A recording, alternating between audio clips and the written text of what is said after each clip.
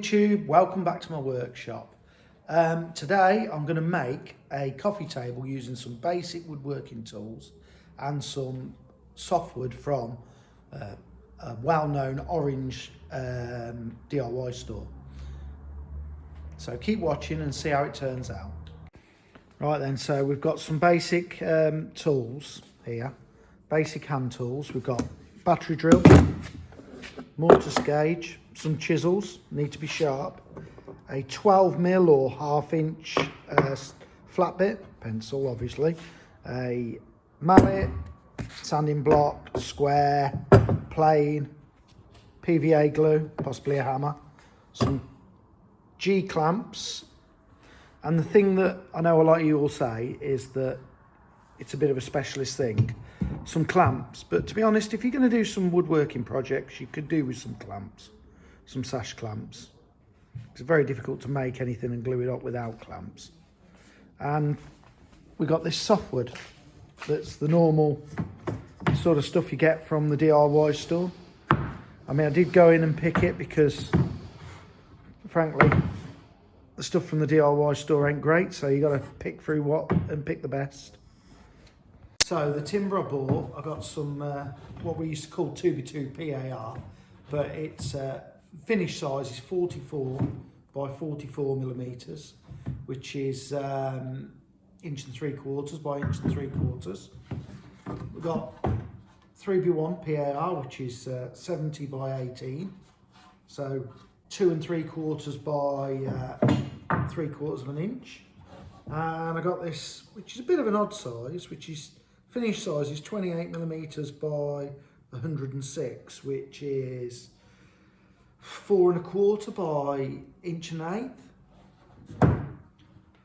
I bought 2 lengths at 2.1 of this. I bought 2 lengths of, probably don't need that much, of this 3x1, which is 2.4, and 1 length of 2x2 which is 2.4 for the legs. So first I'm going to cut the timber down for the top and get that gluing up so the glue can be going up while we're doing all the other.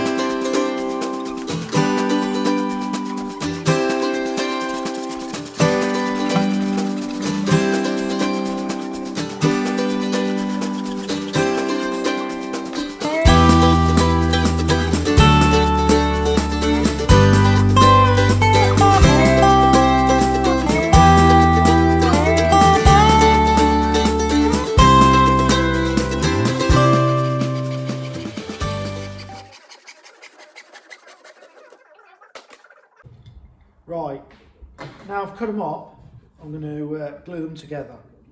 So, I don't know whether you can see, on the end grain, it's got these medullary rays. Now they always try and straighten themselves out. So what we're going to do is we're going to alternate the grain so it tries to keep the top flat, or as flat as possible. So I'm just making sure I've got the grain opposite ways before I glue it up.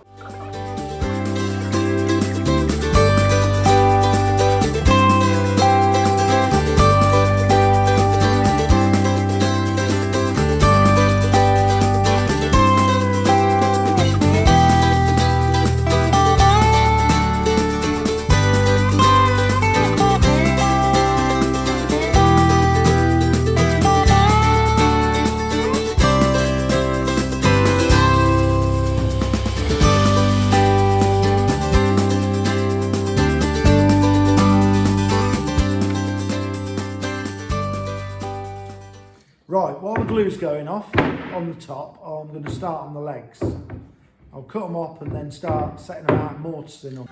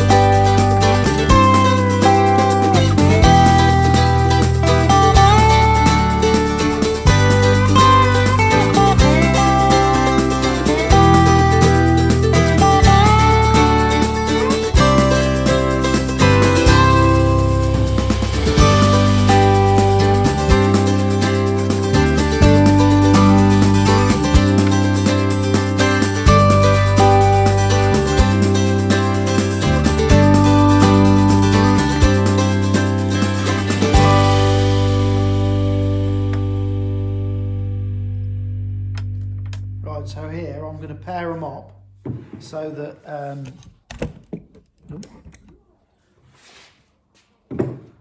I know where I'm setting out.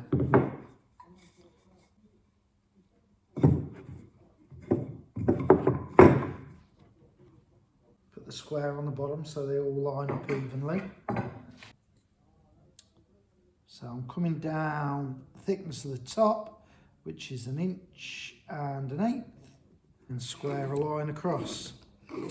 Need a piece of rail so I can mark the rails out.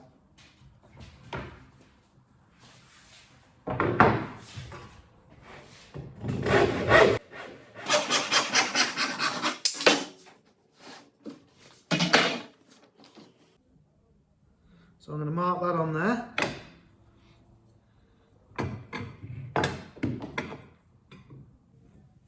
Square it up. Now I'm going to come up a little bit so you don't see the mortise if you get any shrinkage.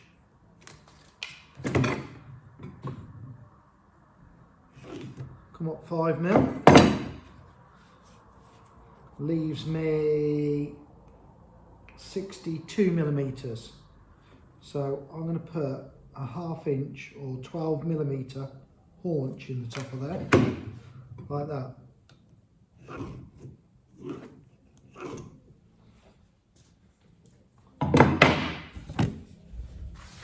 Whether you can see, yeah.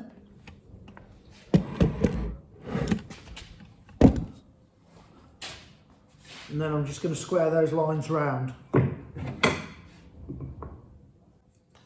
working off the face marks I've put on.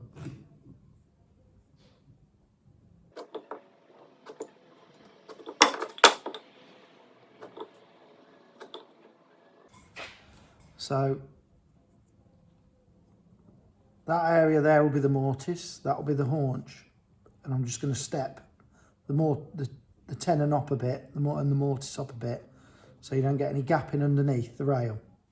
Right, now I'm going to set out where I want the mortise, how far in. I'll probably go in, I want to leave a little step here, so I reckon I'm going to go about that far in. And set my mortise gauge to, it's already pretty much set, I obviously used 1/2 inch last time, whether you can see that, to the cutter, yeah? And then I'm going to set the gauge, it's set already, to the back. Because what we're going to do on the rails, we're just going to put what you call a bare-faced tenon. So you've only got a shoulder on one edge there. So I'll be taking that bit out. You'll see as we go on.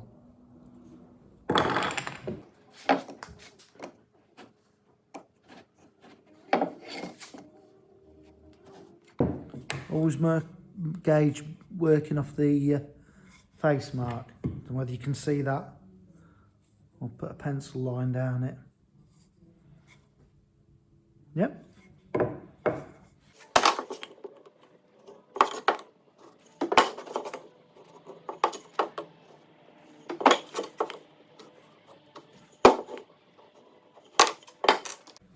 Right, now we're going to drill out for the mortises. Now, let's see where it's in shot. I'm going to put a bit of tape on the speed bit so I know how deep to go.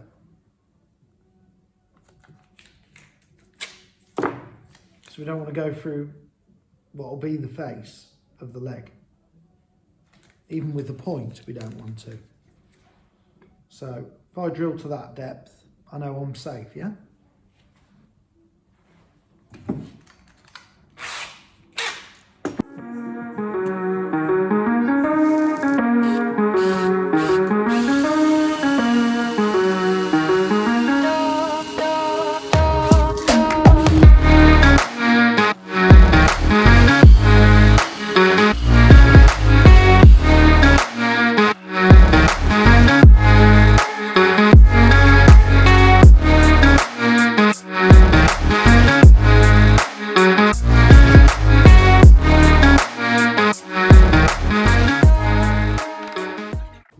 Right, that's got the meat out for your mortise. Now, it's not the neatest way of doing it, but I'm doing this project so that people who haven't got much stuff can do it. I mean, you could use a brace and bit. That's how I started. I mean, I've got a mortiser, so it's simple and it saves a lot of work. Now we've got to chisel it out. You need a sharp chisel, particularly with softwood, because all it does is bruise it if your chisel's not sharp. With hardwood, I know it's hard, but it does chisel better. But softwood tends to just squish in.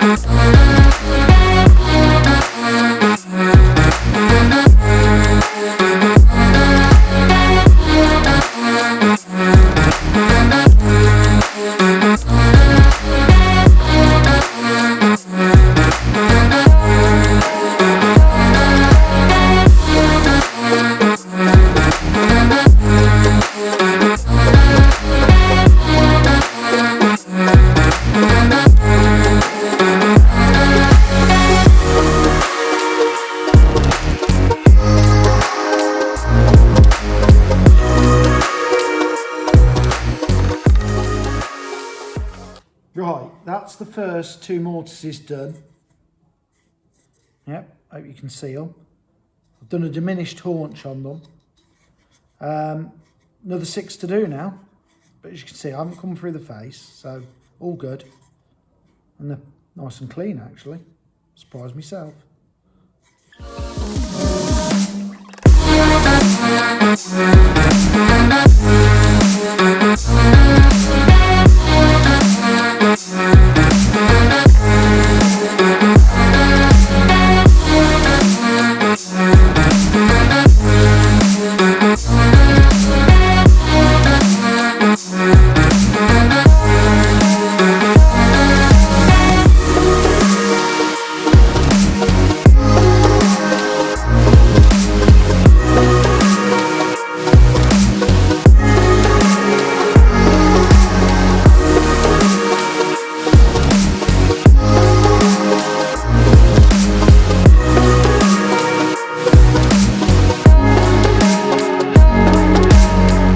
Right, now I've got them all mortised.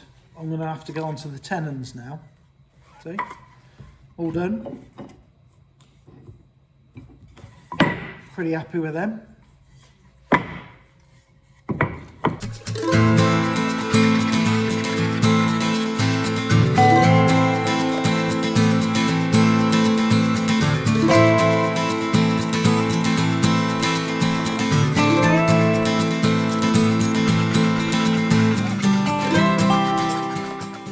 Cut the rails to length. I'm going to pick the best sides to be the outside face and bottom edge, and I'm going to mark a face mark on them and face edge. Then I'm going to set them out. I've made them so the tenons are going to be a little bit long, and you'll see in a bit why. But I've made them as if they're going right through, so I can use these to set them out. So I'll show you now.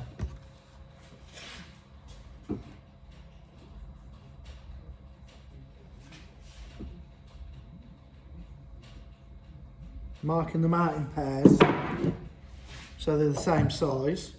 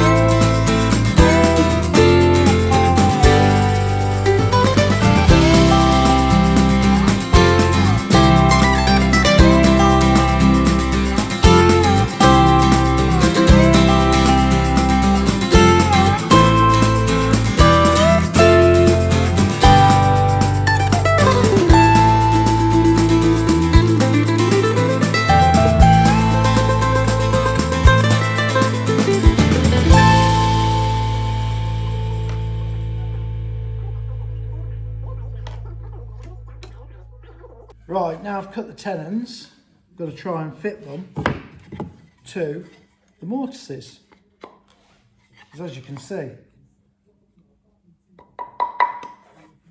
they won't go in. So I've got to cut a diminished haunch on the top and step it in at the bottom, which I'll do with the tenon saw. It's not too difficult. So what I do, like what I personally, the way I do it is, I will, let's move it down. See the lines up from a setting out. I'll drop this on. Can't see, can you there? I'll drop this on and just put a pencil line. It's got to go.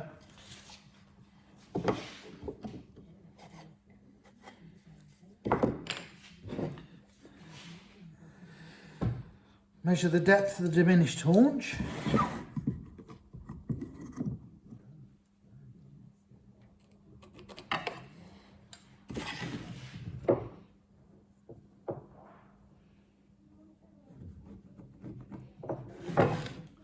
And also we need to measure the depth of the tenon, the mortise I mean, because we've got to put a 45 on that as well. So about 29 millimeters deep.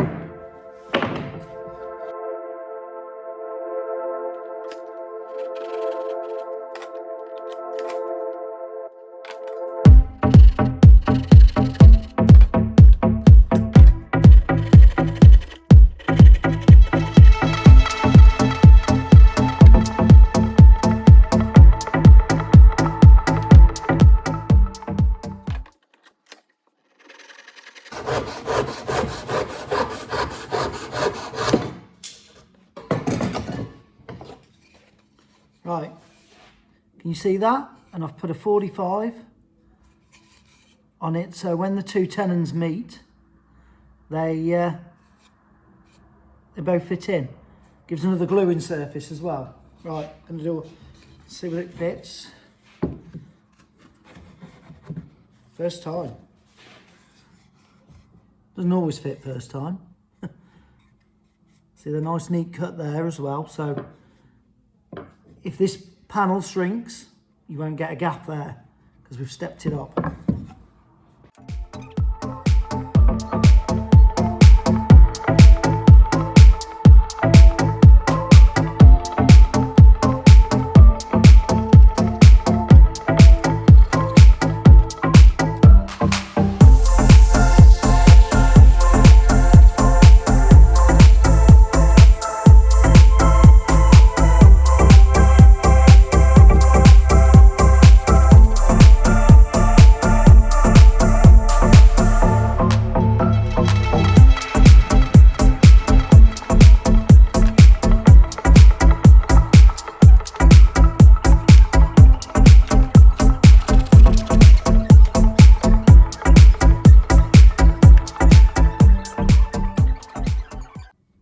Right, that's it, put together dry.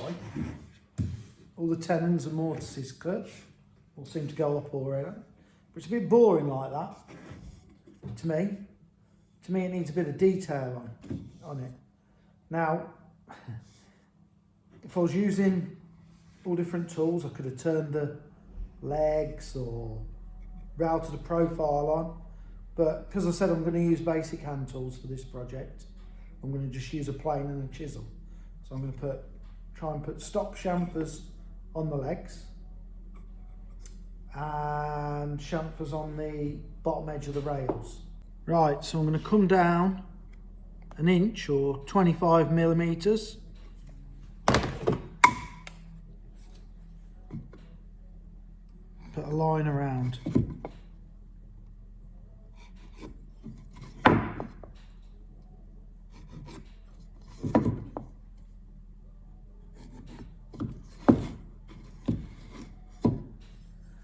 And I'm going to draw a 45 off that into the leg.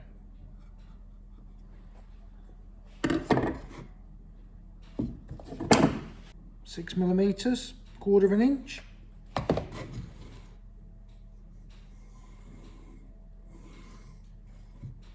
Down there.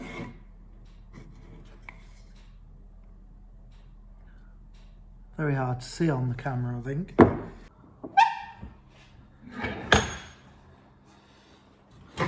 So first I'm going to do a saw cut down here.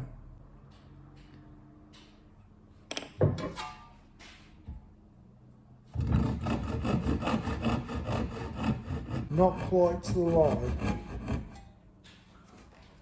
And I'm going to take a sharp chisel and a mallet and use it upside down. You see, so the bevel's down.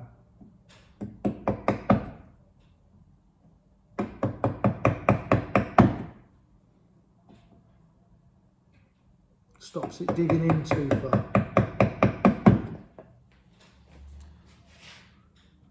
And I'm going to work my way back along here. Don't know whether you can see from there. Possibly not.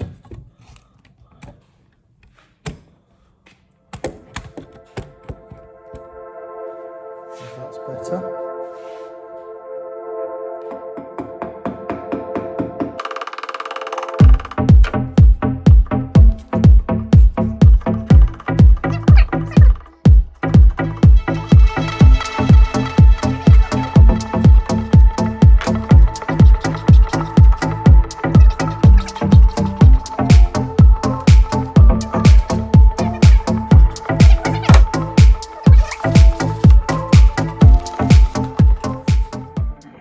What do you think of that?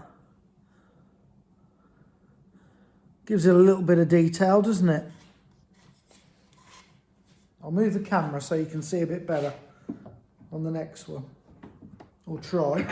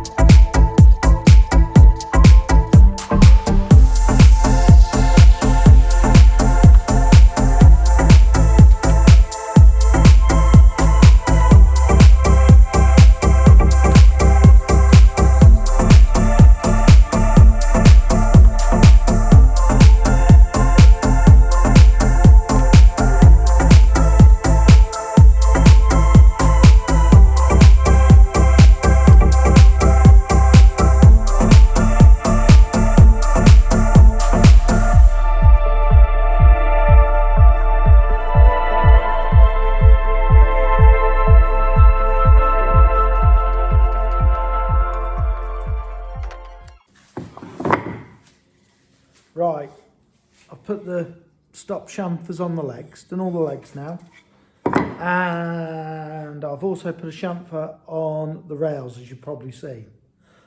Now I've got to sand them all by hand, since I'm supposed to be doing it with very little machinery and things, and then I can glue it up, or start gluing it up. I've also got to take the top that's over that direction, add a clamp, so I can use the clamps for this, because it's been drying for about 2 hours and it should be set now. Also, doing all those chamfers, look at all the curly shavings on the floor. Cool. They'll be good for lighting the fire in the morning.